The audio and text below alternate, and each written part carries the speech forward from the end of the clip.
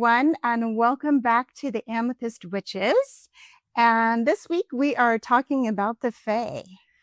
That's right. And we're going to talk a little bit about how you can attract fae into your life, what fae are, and just some of our experiences that we've had with the fae. I know that there is a branch of Wicca called Faery Wicca, and it's being apparently developed in California by a certain priestess. We're not necessarily going to talk about that today.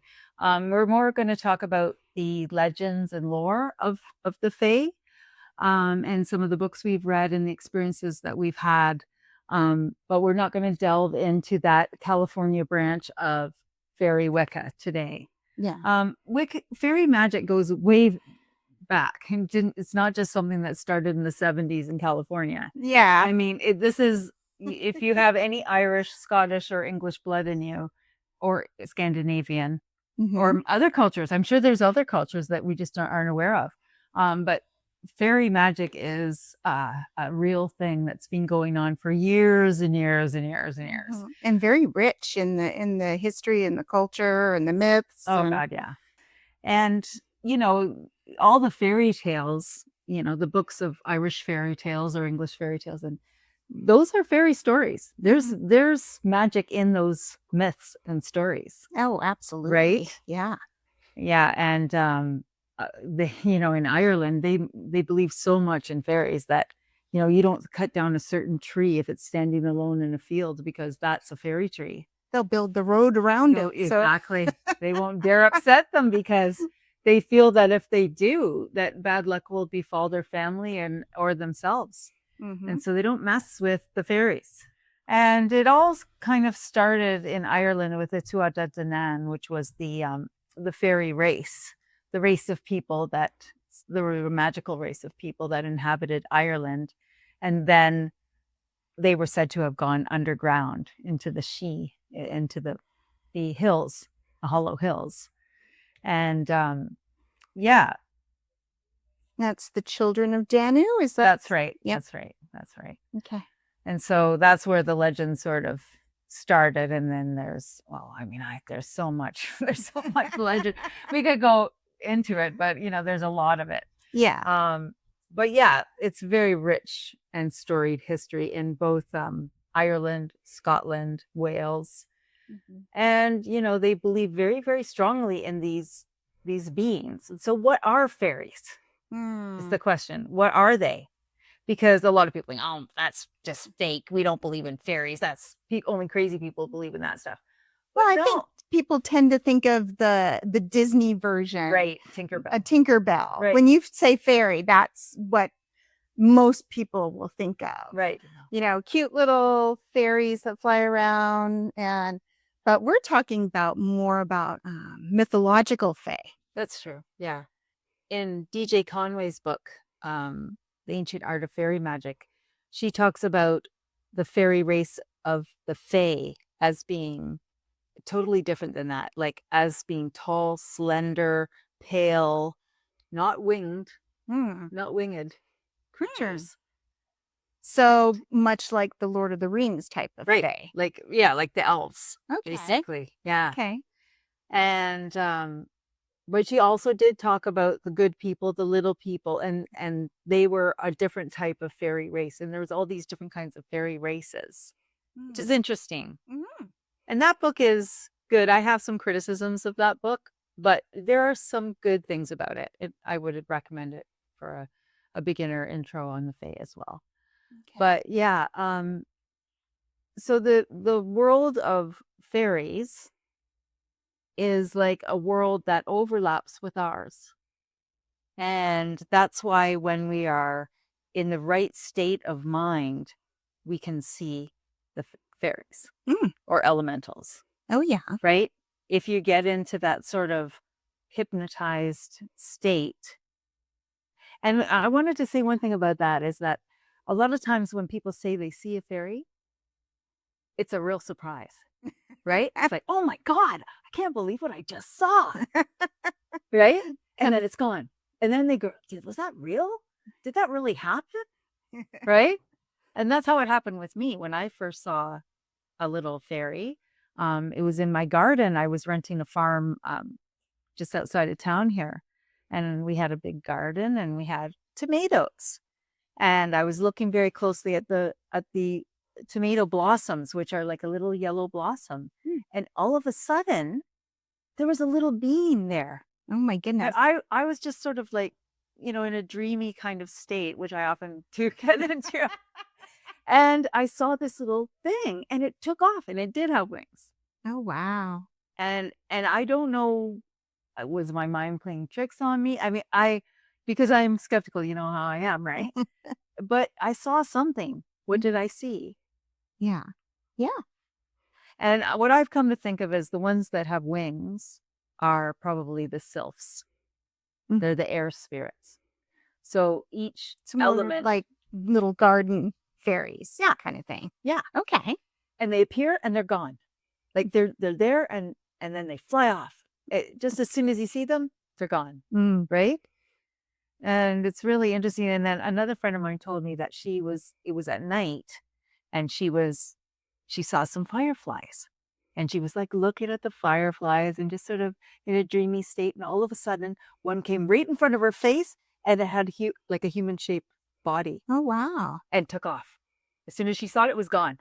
Wow. So I think there's this element of surprise and kind of, I feel like they're little tricksters. Yeah. You know? Like, oh, you can see me now. I'm gone. Yeah. And I wonder if the firefly fairy was a fire fairy, or would that be just sort of a sylph as well?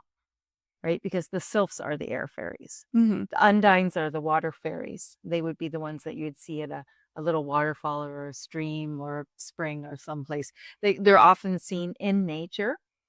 That's another thing. If you want to see fairies, you're probably not going to see them in downtown Toronto. Well, you might, but you have a better chance of seeing them at Algonquin Park or someplace, Yeah. where it's very quite wild. Yeah.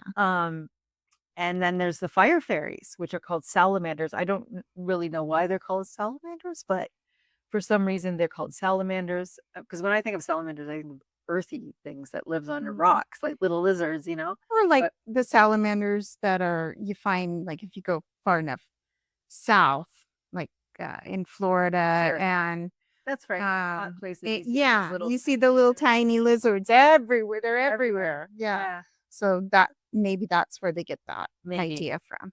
But when I think of a fire fairy, I think of, like, say you're staring into a fire and you're getting into that sort of hypnotized, mesmerized state. And then you start to see the flames jump around. And I've taken pictures of them and I've seen little shapes of beings in there. Oh, yeah. Yeah. Oh, yeah. And then, of course, you've got your earth fairies, which would be your gnomes. Yeah, and there's house fairies, brownies. Yeah.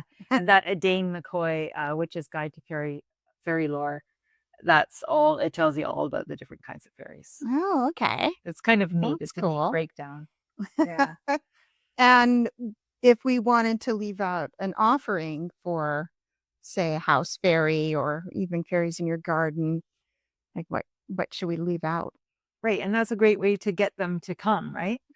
To make a little sort of shrine with beautiful plants and what kind of plants do fairies like? Well, they love foxglove, right? That's one. I think any kind of wildflower they would love. Sunflowers, pansies, anything like that. Running water, clear water, streams, things like that would attract them. But making an area that is wild, an untamed area, and then leaving out an offering. So yes, what kind of offerings would you leave out for a fairy? It's commonly known that milk and honey are two offerings that they love. Okay. Yeah. And some people will leave out a little bit of, sherry or mead or wine or something like that as well. I would assume it'd be something that's safe for animals. Like, you always have to make sure shouldn't leave anything out. Candies, no chocolate. Yeah, no chocolate or Nothing like candies, that. and something that would hurt your dog probably is not safe to leave for the fairy, because they're nature spirits too, so they can't be too far off from animals. That you don't want to leave them something that's processed and And no processed. Yeah. It has to be natural. And they say that the fairy beans will extract the essence from the food, Okay. right? They're not actually going to eat it. Yeah. Like we eat food. It's not the same. They extract the essence out of it. So kind of like when we leave offerings for the goddess or the god on our altar, like you leave it there for them, but that doesn't mean they're going to come and drink it in the middle of the night. No, no.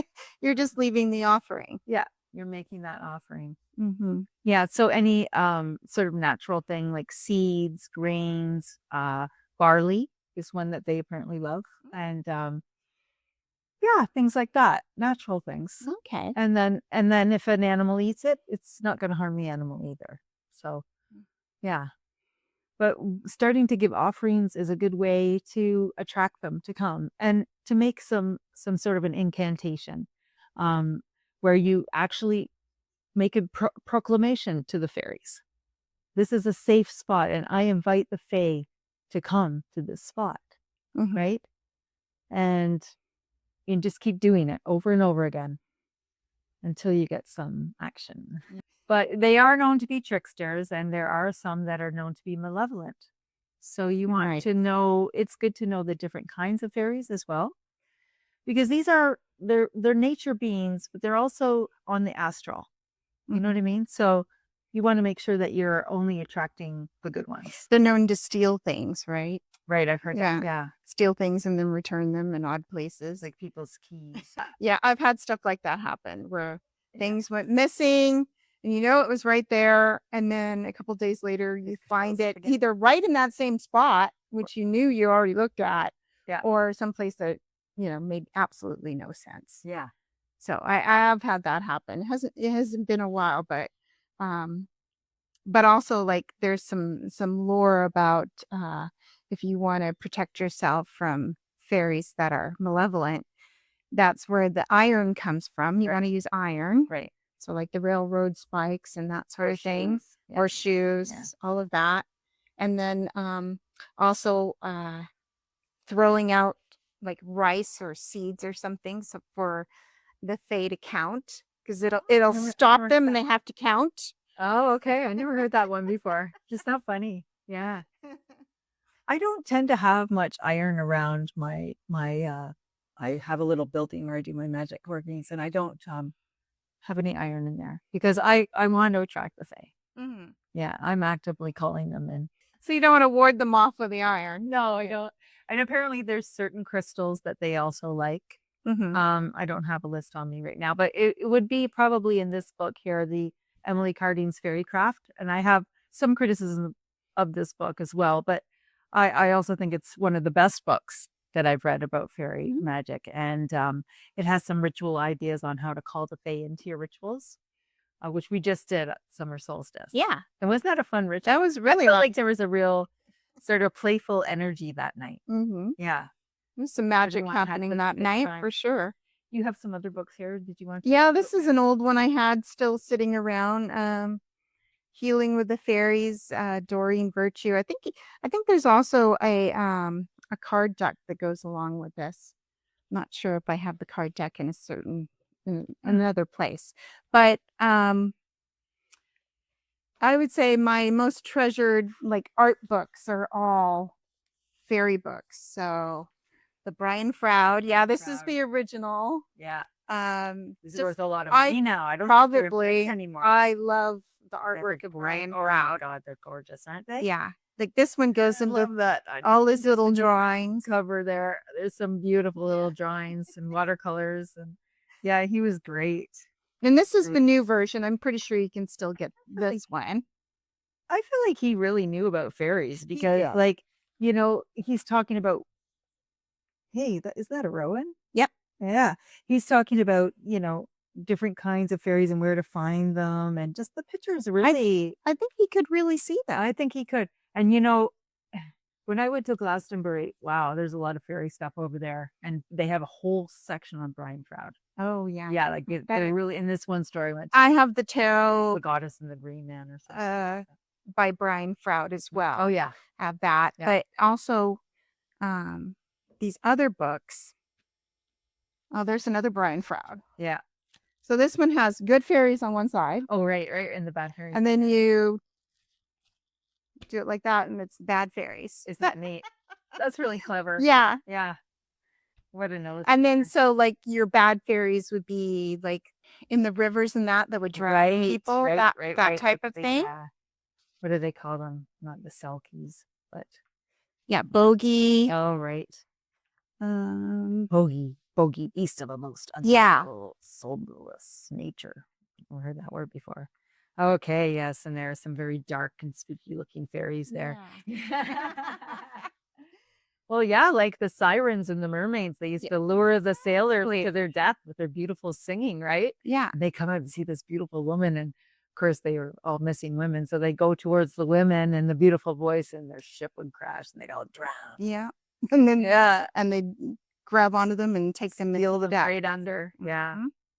Yeah, so not all fairies are good. No, not You that's absolutely gotta true. be That's careful. true. And then also, this is one of my favorite. I don't know if anybody's come across this one, but Lady Coddington's book of preserved fairies.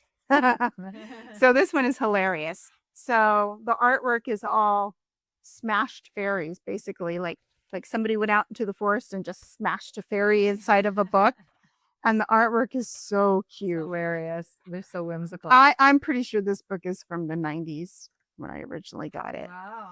Yeah, it's been around a really long time. Like really hard to find now. Oh, that's adorable. Look how cute he is. Yeah.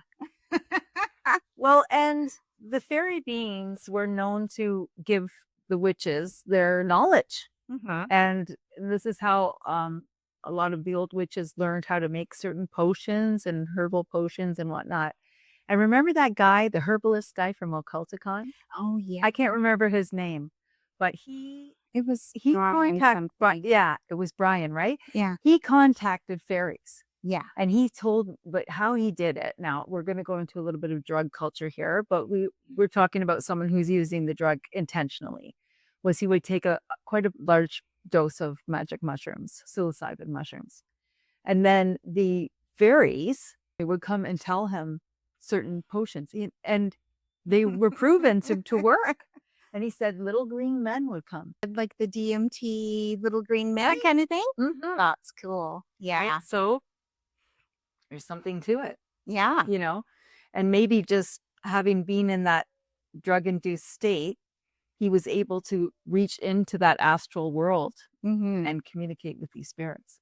But he said that anytime he would take the mushrooms, immediately he would see those little green men and they would have conversations. Wow. I found that fascinating. Yeah, I've heard that before about like the DMT, Yeah. ayahuasca, Oh, yeah. all of those kind of drugs that you're opening up a portal into the other realm to be able to see it. Right.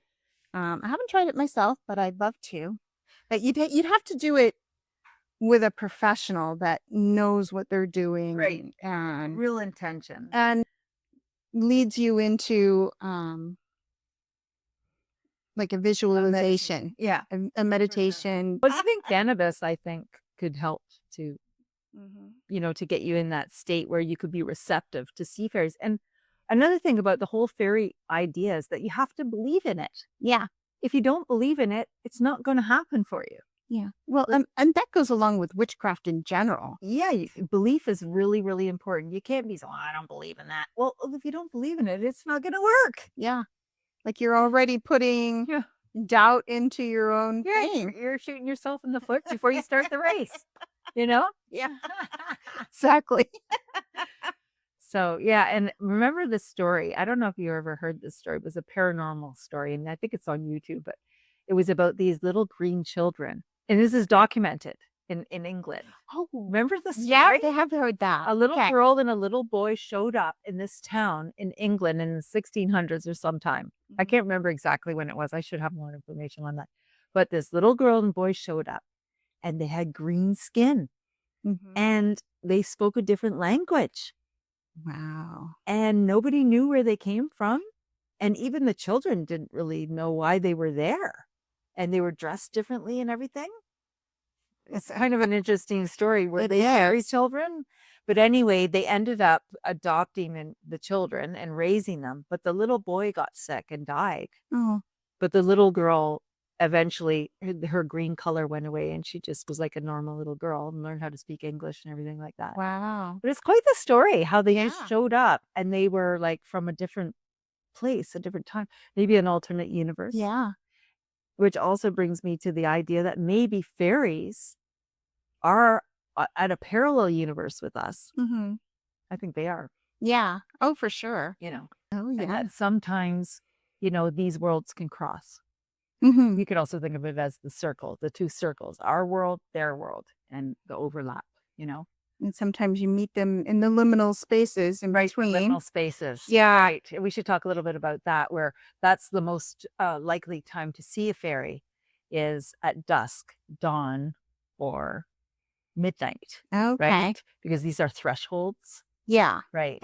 That makes sense. Mm-hmm. That they probably live within the shadows or just maybe appear to us for a short amount of time and then disappear, Yes. kind of thing. Yeah. It reminds me of like spirits or ghosts or that. And I not that I think they're in the same world, but just the way we can only see them for short amount of time, maybe. Right. Right. And you have to be in the state of mind to see them. They were Yeah. talking about, you have to believe. You Mhm. have to call them. You have to say, I'm a friend. You can come to me. Please come to me. Mm-hmm. Right. Several books that I've read have said that they don't like to be called fairies. Okay. They like to be, and that's why they're referred to as the good folk or the little people or Okay. the good neighbors. Right? Yeah. So that's just something to know. If they don't like to be called fairies, don't call them fairies. Yeah. And we talked about putting out offerings, so that's another way to attract the fae. You know what I do sometimes for offerings is I put out a little bit of dried flowers, like a little bit of dried lavender and chamomile, Nice. right? Along with the offering. But just I figure, those are flowers that they probably love, and flowers that came from my garden that I grew, Mhm. and yeah, it smells good too. Call out to them to go out in nature and just really get into the zone in nature and see what happens. Mhm. Maybe nothing will happen, but maybe something will. Leave yourself open to the possibility, Mhm. right? I think that's important. Yeah. If you're not open to the possibility, You've got to open the door if not you want to gonna see them. yeah, You can't stay in the house and not invite them in. no. And if you do use psilocybin or cannabis, it might be a way to open that door should you have an issue with, just letting down your guard. Mhm. But in using those substances, use them intentionally. That's all I have to say about that. But, Yeah. right? You want to say, okay, I'm doing this with this in mind, Mhm. you know? And make sure you're not doing that sort of thing by yourself and Yeah. use Use it responsibly and all of that. Yeah. Yeah. For sure. Yeah. But you can welcome the fae into your life and you can work with them in ritual. You can work with them to aid in your spell work. And would you consider the fae different from like say elementals? Or they live in the same world or I don't know. yeah, I honestly, I'm neither. just going to say I don't know about that Mhm. because I've heard some people say, oh, well, an elemental is not a fairy. That's a completely different thing. And I was like, okay, well, are you sure? Mhm. Because I like to think, well, they could be the same thing. They're still nature spirits. They're nature spirits. I don't know. They're of the elements. And how do we know? How do we know? Right? How do we know? Yeah. It's important, I think, to keep an open mind, to have that childlike wonder, Mhm. and this is why children often see fairies, because Yeah. they're in that state of wonder, Yeah. right?